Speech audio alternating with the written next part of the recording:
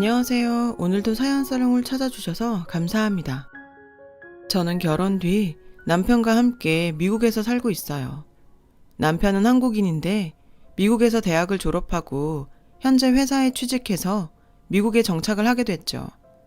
한국에서 대학을 졸업한 저는 남편의 전폭적인 지원으로 이곳에서 대학원에 다니고 있어요.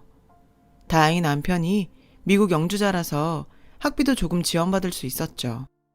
외국에서 한참 부족한 언어로 대학원 강의까지 들으려니 사실 힘에 부치고 지칠 때가 많아요. 남편 응원이 아니었다면 다시 공부를 시작할 엄두도 못 냈을 거예요. 사실 제 마음속에는 늘 공부에 대한 열망이 있었거든요. 생활에 치이다 보니 잊고 살았는데 제 남편과 주변의 소중한 사람들 덕분에 다시 용기를 낼 수 있었죠. 그 소중한 사람들은 바로 제 언니와 오빠예요. 그런데 이 호칭에는 조금 애매한 부분이 있어요. 언니와 오빠는 부부인 동시에 저와는 형제지간이거든요. 이런 얘기를 들으시면 놀라실 수도 있겠지만 복잡한 제 가족사와 그동안 살아온 얘기를 들으시면 어떻게 이런 관계가 가능했는지 이해하실 수 있을 거예요. 그리 길지는 않았지만 그동안 살아온 인생을 돌이켜보면 어떻게 이렇게까지 내 인생이 바뀔 수 있을까 신기해서 마치 다른 사람의 인생을 보는 것 같은 기분이 들 때도 있어요. 저는 친부모님의 얼굴을 몰라요. 제가 기억하는 저의 첫 번째 집은 보육원이었거든요. 아니, 사실 이것도 온전한 제 기억은 아니에요. 그때는 아기였으니까요. 그냥 주위에서 보육원에서 데려왔다고 하니까 그냥 그런가 보다 하는 거죠. 보육원에 대한 기억이 없을 정도로 어린 나이에 저는 입양이 되었어요. 나중에서야 이 사실을 알았지만요. 제가 입양된 가정은 평범한 중산층 가정이었어요. 엄마, 아빠, 그리고 언니가 있었죠. 부모님은 저를 언니와 차별 없이 온전한 당신들의 딸로 키워주셨어요. 언니 역시 절 무척 예뻐해 주었고요. 그러던 어느 날이었죠. 제가 6살 정도 되는 시기였어요.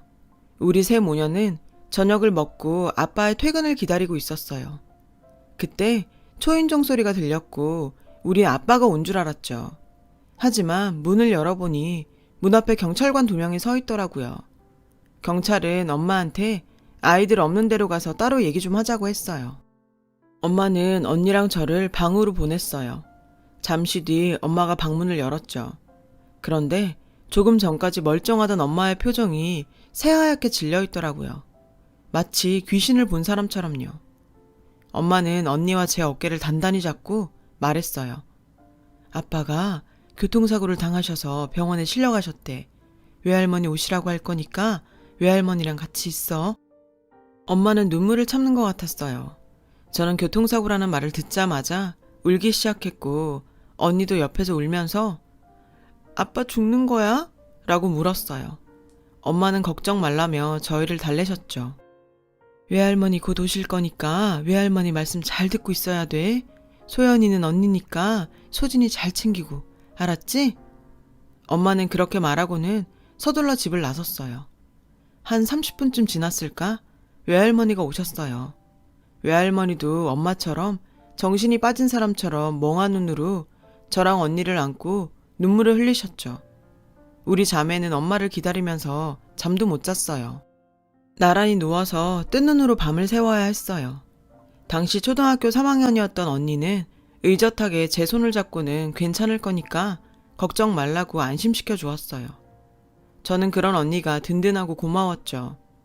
하지만 우리 자매의 간절함이 무색하게 돌아온 건 아빠의 사망 소식이었어요. 엄마는 저와 언니에게 검은 원피스를 입히고는 장례식장으로 데려가셨어요. 그렇게 도착한 장례식장에서 저와 언니는 아빠의 영정사진과 마주해야 했어요. 당시엔 어렸던 탓에 죽음이 뭔지 제대로 알지 못했지만 앞으로 아빠를 볼 수 없다는 것만은 알 수 있었죠. 그 사실만으로도 정말 힘들었어요. 화장을 마치고 아빠의 유골함을 납골당에 안치하던 날 엄마와 우리 자매는 정말 많이 울었어요. 영영 이별을 하는 거였으니까요. 장례를 마친 엄마는 전보다 강해지려고 노력했어요. 이제 혼자 몸으로 2딸을 책임져야 했으니까요. 엄마를 가장 많이 힘들게 했던 건 아마 엄마의 시댁이었을 거예요. 특히 친할머니요. 장례식장에서부터 엄마를 못 잡아먹어 안달이었거든요. 내 아들 잡아먹은 독한 년. 애초에 결혼한다고 집에 왔을 때부터 난 네가 마음에 안 들었어. 그때 알았어요. 명절 때마다 엄마만 빼고 친가에 갔던 이유를요. 아빠는 엄마의 든든한 방패막이었는데 그런 아빠가 사라졌으니 이제 엄마 혼자 모진 말들을 감당하게 된 거죠. 아들도 못 낳고 딸만 낳아서는 대를 끊더니 기어이 지 남편까지 잡아먹어? 불쌍한 내 새끼. 친할머니는 하루가 멀다 하고 찾아와선 귀에 딱지가 않도록 이런 소리를 했어요. 그래서 한 번은 언니가 대들기도 했어요. 왜 우리 엄마한테 그래요? 우리 엄마도 슬프단 말이에요. 그러자 할머니는 도끼 눈으로 소리쳤죠. 기집애가 지 엄마 닮아 기센 거 봐라. 친할머니는 혀를 차셨어요. 엄마는 저랑 언니를 끌어안고는 그 모진 말들을 눈물로 삼키셨어요. 올 때마다 엄마를 못살게 굴면서도 우리 자매가 아빠 자식이라는 이유로 친할머니는 우리 집에 자주 찾아오셨죠. 우리 가족의 사생활에 사사건건 관여하시며 트집을 잡았어요. 이런 상황 때문이었는지 언니는 철이 빨리 들었어요. 돈 버느라 바쁜 엄마를 대신해서 집안일도 하고 당시 유치원생이었던 저까지 돌봤거든요. 지금 생각해보면 당시 언니도 고작 초등학생이었는데 어떻게 그랬을까 하는 생각에 마음이 짠해져요. 그런 언니를 보고 자라다 보니 저도 가만히 있을 수가 없었어요. 언니를 보고 집안일을 배워서 방 청소도 하고 설거지도 하고 세탁기도 돌렸어요. 그럴 때마다 엄마는 이렇게 말하셨죠. 엄마가 살 수 있는 건 다 소연이, 소진이 때문이야. 엄마가 정말 미안해. 언젠가 언니는 얘기해 주었는데요. 엄마 아빠가 결혼할 때 친할머니가 많이 반대했었대요. 엄마가 홀어머니 밑에서 가난하게 자랐다는 게 이유였죠. 그 말을 들으니 엄마가 더 가여워졌어요. 우리 세 모녀는 똘똘 뭉쳐서 정말 열심히 살았어요. 열심히 살다 보면 슬픈 날도 사라질 거라고 믿었거든요. 하지만 그런 바람과 달리 또다시 시련이 닥쳤어요. 제가 초등학교 2학년이 되던 해였어요. 언니랑 집에서 숙제를 하고 있었는데 집으로 전화가 왔고 언니가 받았어요.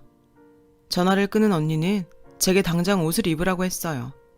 그리고 교통카드를 챙겨 저를 데리고 나갔죠.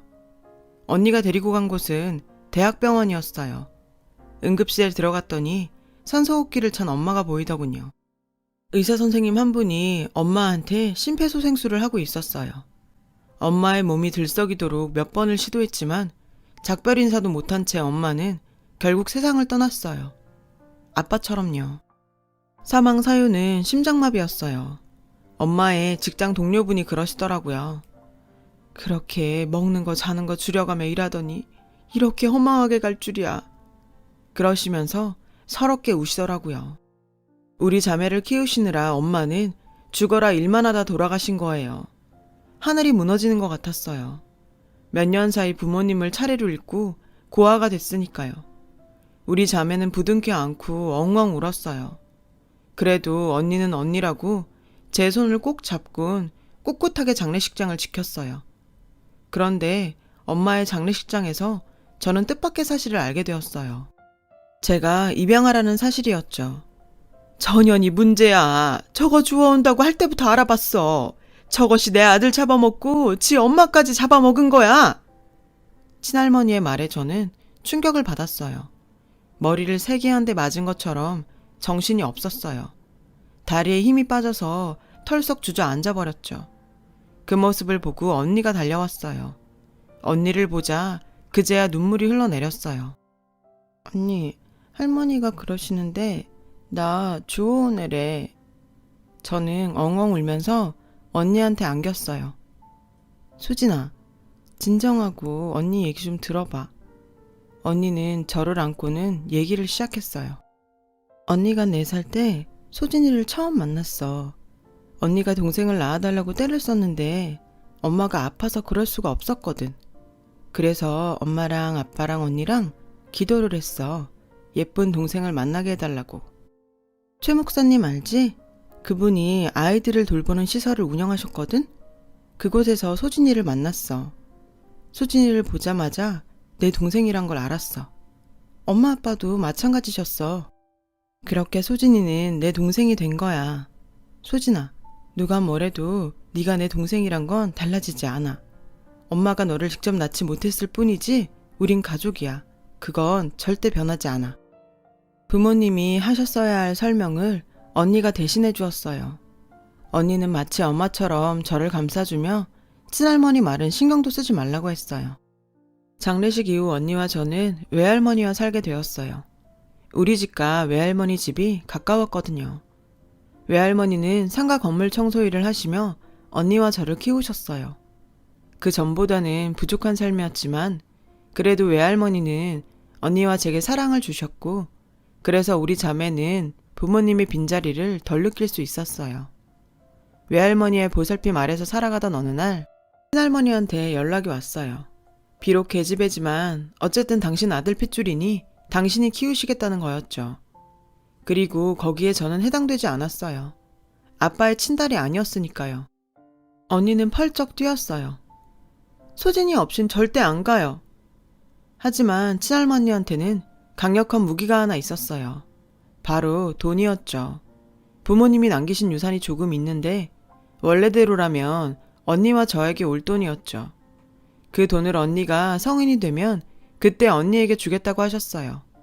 그때까지는 당신이 소녀딸인 언니를 키우시겠다고요. 계집애라 태를 이을 순 없지만 그래도 내 아들 핏줄인데 당연히 데려가야지요.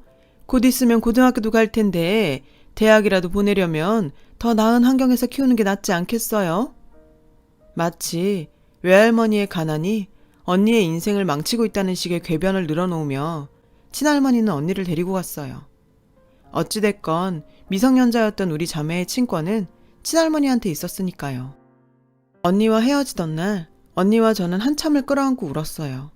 세상에 남은 유일한 가족과 헤어진다는 그 생각에 눈물이 그치지 않았어요. 그건 언니도 마찬가지였던 것 같아요. 소진아, 외할머니 말씀 잘 듣고 공부 열심히 하고 건강하게 있어야 해. 언니가 돈 벌면 꼭 데리러 올 거야. 그때까지 공부 열심히 하고 외할머니 말씀 잘 듣고 기다려줘. 언니는 어른스럽게 저를 달래주고는 친할머니를 따라갔어요. 그렇게 우리 자매는 이별을 하게 되었죠.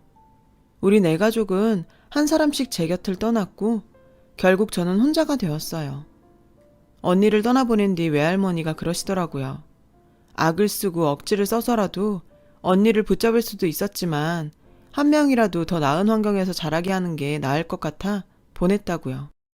그러시면서 제게 많이 미안해 하셨죠. 외할머니는 저를 엄마의 친딸로 대해주셔서 사랑도 듬뿍 받고 자랄 수 있었어요.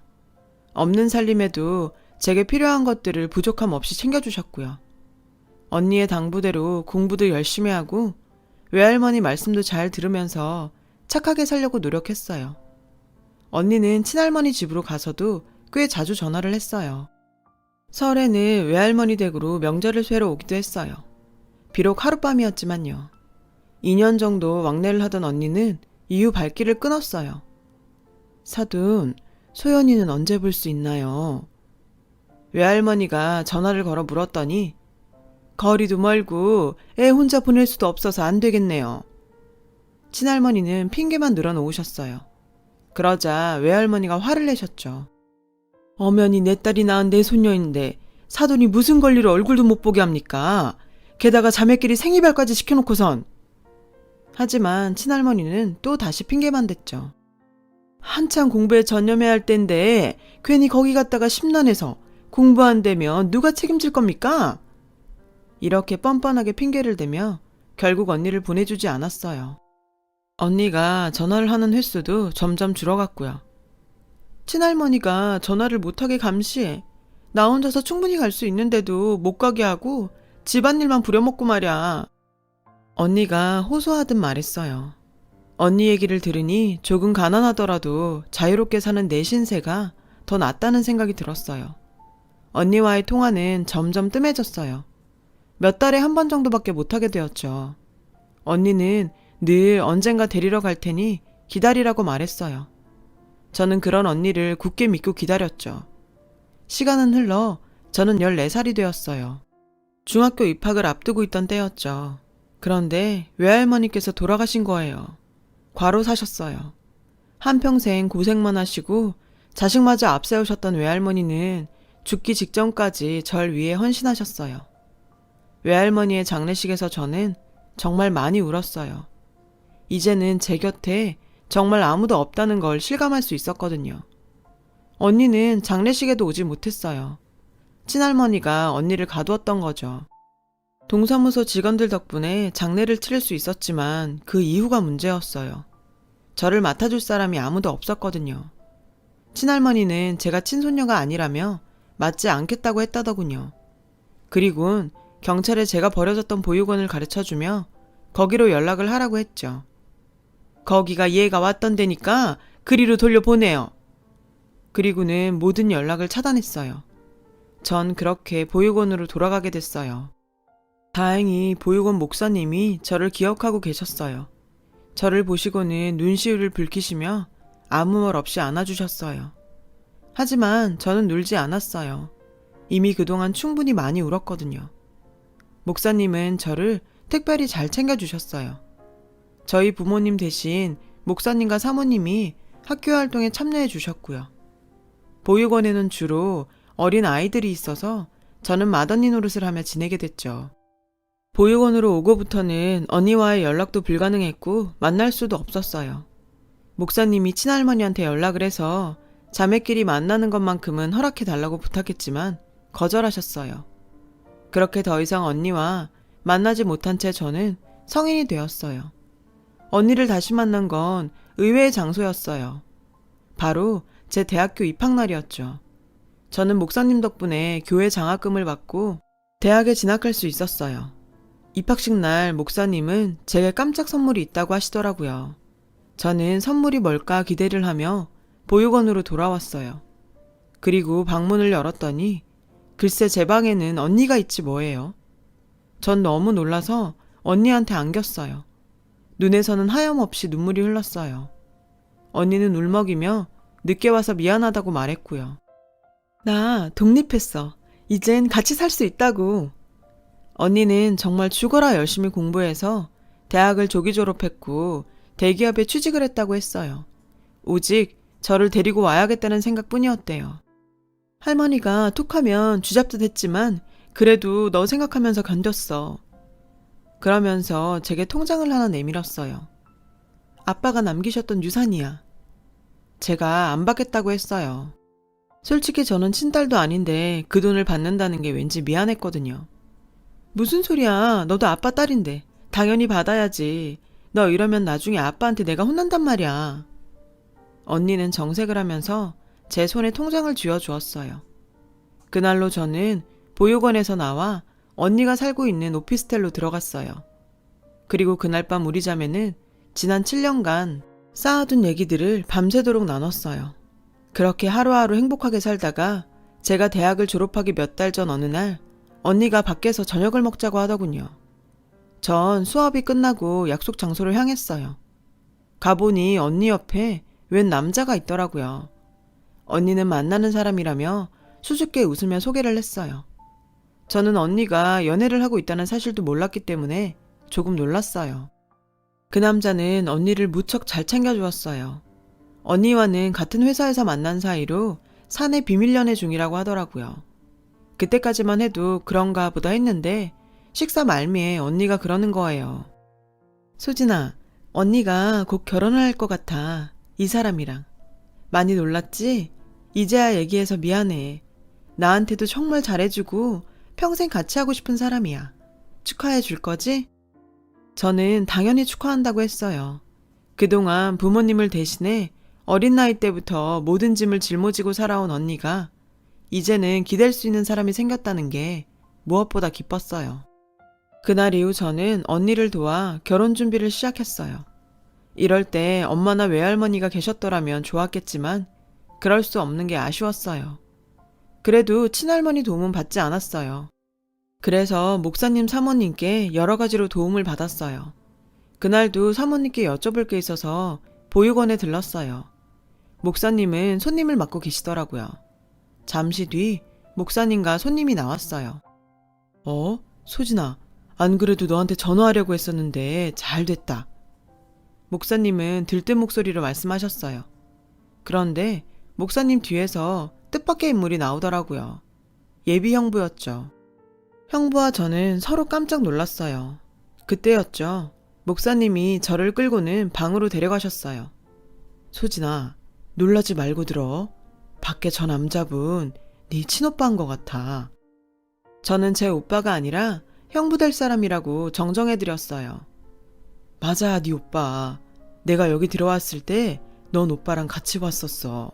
어린 너는 발효 입양이 됐지만 5살이던 내 오빠는 한참 후에야 입양이 돼서 여길 떠났고, 저 사람이 여동생을 찾겠다고 왔는데 서류를 찾아보니 네 오빠더라고.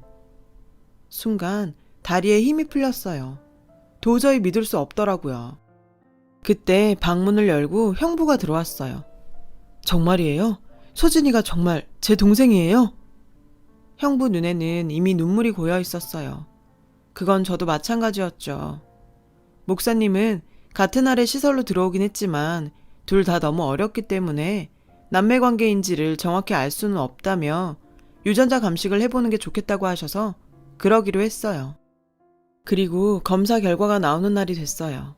연구원이 검사 결과지를 들고 다가왔어요. 결과지에는 빨간 글씨로 99.99% 일치한다고 적혀 있었죠. 그걸 본 형부와 저는 누가 먼저랄 것도 없이 와락 끌어안고는 엉엉 울었어요. 오빠는 더 일찍 찾지 못해서 미안하다고 했어요. 저희 언니를 통해 제가 살아온 얘기를 듣고 너무 가여워서 형부로서 잘해줘야겠다 생각했는데 그게 자기 동생일 줄은 몰랐다고요. 어떻게 그 모진 인생을 살아냈냐며 하염없이 울더라고요. 그날 오빠랑 저는 언니한테 이 사실을 알렸어요. 언니는 어떻게 이런 일이 있냐며 펑펑 울더라고요. 그날 우리 세 사람은 정말 많이 울었지만 그만큼 행복했어요. 세상에서 제가 가장 사랑하는 언니가 내 친오빠의 아내가 된다는 것도 기뻤고 내 형부가 내 친오빠라는 사실도 기뻤죠. 물론 족보는 좀 꼬이게 됐지만요. 얼마 뒤 언니와 오빠는 무사히 결혼식을 올렸고 우리 세 사람은 세상 누구보다 끈끈한 가족으로 살고 있어요. 제가 지금의 남편을 만나 첫 인사를 나눌 때 남편이 두 사람의 호칭을 듣고 어리둥절하긴 했지만 그게 무슨 상관인가요? 어쨌든 우리가 한 가족이라는 게 중요하죠. 비록 지금은 제가 미국에 살고 있어서 자주 볼 수는 없지만 마음만은 늘 함께 있답니다. 제 사연을 들어주셔서 감사합니다. 여러분의 가정에도 항상 행복이 가득하시길 바래요. 여러분, 사연 댓글에 응원과 현명한 조언 부탁드려요. 좋아요와 구독은 저에게 큰 힘이 됩니다. 오늘도 좋은 일 가득하세요.